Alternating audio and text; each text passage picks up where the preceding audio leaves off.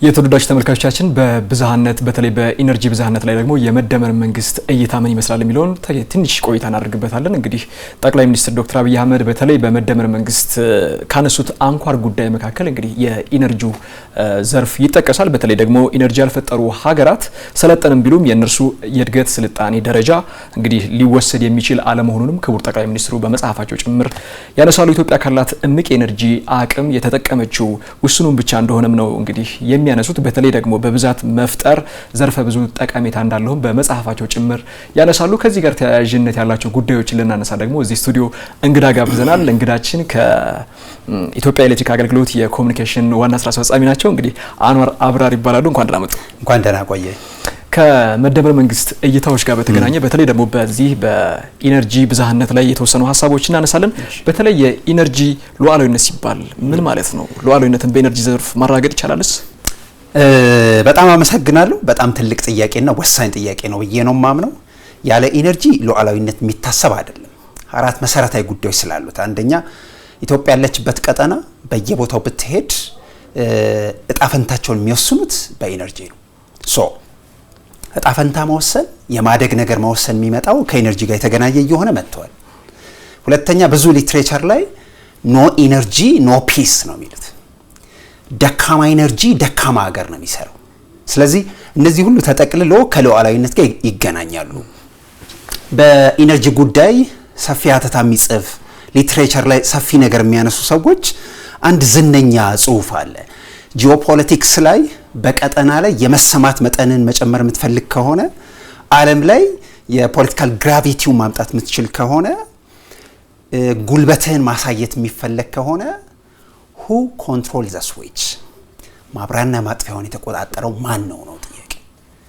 እሱ ኢነርጂ ነው። እሱ ነው ሉዓላዊነት። ሌላ የተለየ ነገር የለውም። ሁለተኛ የኤሌክትሪክ ኃይል እድገት፣ የኤሌክትሪክ ኃይል ለውጥ አይ ቲንክ ከሉዓላዊነት ጋር በቀጥታ የሚገናኘው ለዚህ ነው። በተቻለን መጠን እዚህ ጉዳይ ላይ ጠቅላይ ሚኒስትሩ በተደጋጋሚ ያነሳሉ፣ በሰፊው ሀተታ ይነሳል። ከማደግና ካለማደግ፣ ከመለወጥና ካለመለወጥ ጋር ኢነርጂ ወሳኙ መስመር ላይ ነው። እሱ በጣም ትልቁ ነገር ነው ልልህ ነው። በጣም የሚገርም ነው። የኢነርጂ ብዝሃነት በመደመር መንግስት መጽሐፍስ እንዴት ይገለጻል? መልኩስ እንዴት ያለ ነው? እሱ ነው። በነገራችን ላይ በኢነርጂ ላይ የተሰማራ በርካታ ሰው የሚያነሳው ኢነርጂ ሚክስ ነው የሚሉት ባለሙያዎቹ።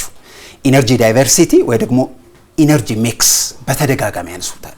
በአማርኛ ስንተረጉመው ብዝሃነት ይመጣል ማለት ነው።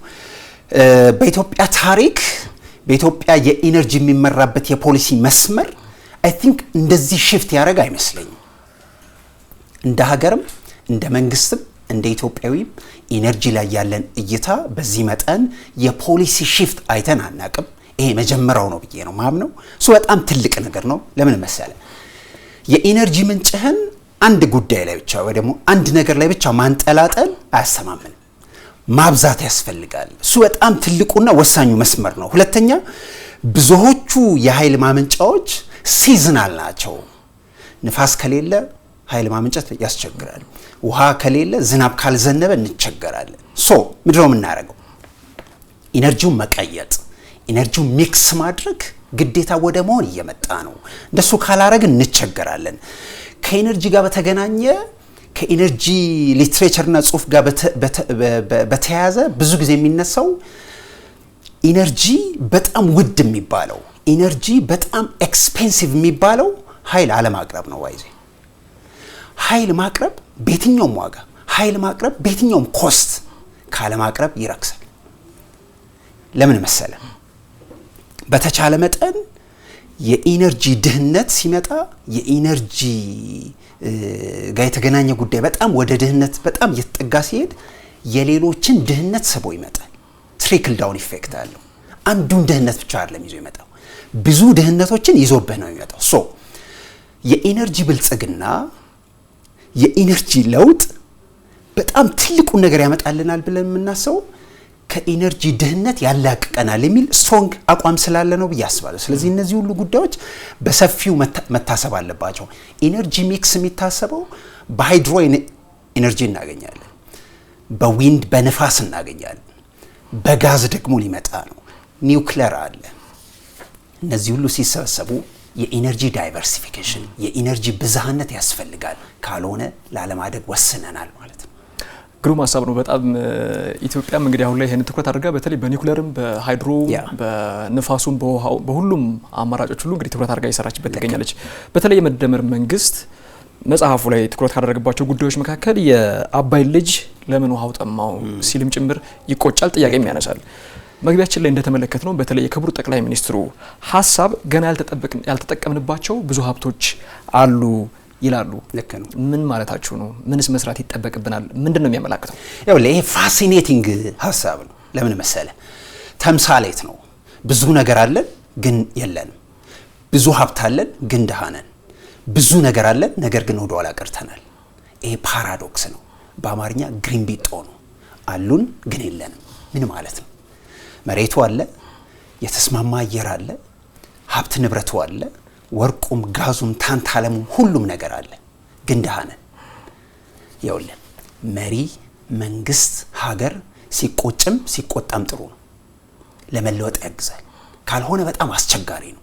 እዚህ ጽሁፍ ላይ የሚያትቱት ይሄንን ግሪንቢጦ ወይ ደግሞ ይሄንን ተቃርኖ ነው። ይሄን ተቃርኖ ማስታረቅ ግዴታችን ጭምር ስለሆነ ነው። ለምሳሌ ውሃውን ብቻ አይደለም እየተወራ ያለው ያለንበት ኢትዮጵያ ያለችበት ጂኦፖለቲክስ አቀማመጧ ይለያል። እነዚህ ሁሉ ላለማደግ አይደለም፣ ለማደግ በጣም የተመቸ ነው።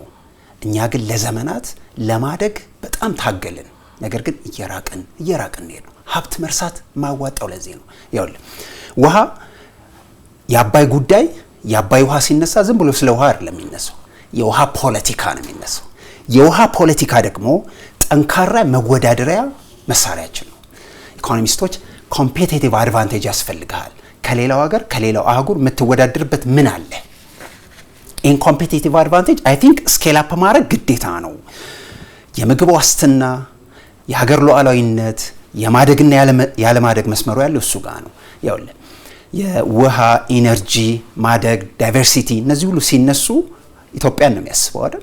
ለምሳሌ ከተማ ላይ ያለ ኢትዮጵያዊ ከተማ ላይ ያለ አገርን ለማሳደግ የሚጠር ኢትዮጵያዊ በርካታ ነው።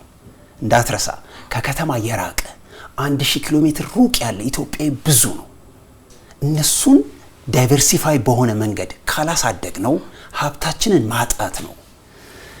ጥሩ ቢል ልንገር፣ የኢነርጂ ላይ ገጠር ውስጥ በጣም ሩቅ አካባቢ አንድ አምፖል ማብራት አንድ ህፃንን ወደ ምሁርነት መቀየር ነው ይባል። ዳይቨርሲፊኬሽን ይሄ ነው። ሀብትን ማሳደግ ይሄ ነው። ለዚህ ነው ይሄንን መቆጨት ያስፈልጋል። ለምን መሰለ? ሁልጊዜም አባይ ዳር ቁጭ ብለን ውሃ ይጠማናል። ይሄ በጣም ያስቆጫል። በጣም ከሚያሳዝኑና በጣም ከሚያስቸግሩ ነገሮች አንደኛው እሱ ነው። አባይ ዳር ቁጭ ብለን ውሃ ከጠማን ምንድነው ችግሩ? መሰረታዊው ትልቁ ችግር የችግሮች ሁሉ ችግር ብዬ የማምነው ያሳሰብ ችግር። እሱን መቅረፍ ግዴታችን ነው ብዬ አምናለሁ። ውሃ መጠማቱ አይደለም ችግሩ፣ አባይ ዳር መሆኑ ነው ችግሩ። ይህንን የማስተካከል ግዴታ አለብን ብዬ አምናለሁ። ለዚህ ነው እነዚህ ሁሉ ሲጠቀለሉ አስተሳሰብ ካለን ተቃርኖ ሀብትም ንብረቱም ተፈጥሮም ለኛ ያደላ ላለማደግ መወሰን አይ ቲንክ መጪው ትውልድ ላይ መጨከን ነው ብዬ አምናለሁ።